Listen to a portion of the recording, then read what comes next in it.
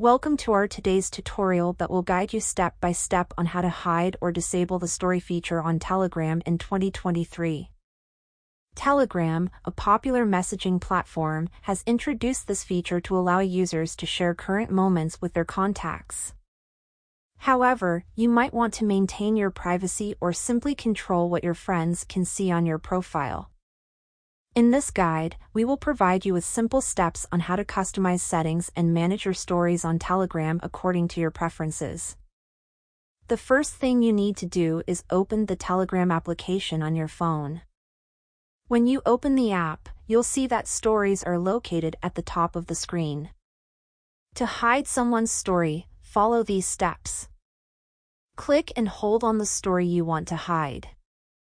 Then, a menu with several options will appear. From the menu, select the last option, Hide Stories.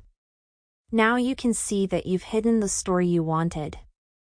In case you want to unhide a story if you've changed your mind, you need to find that chat in the conversation list. Click on their story. Then click on the three dots in the top right corner of the screen. From the menu, select the Unhide Stories option.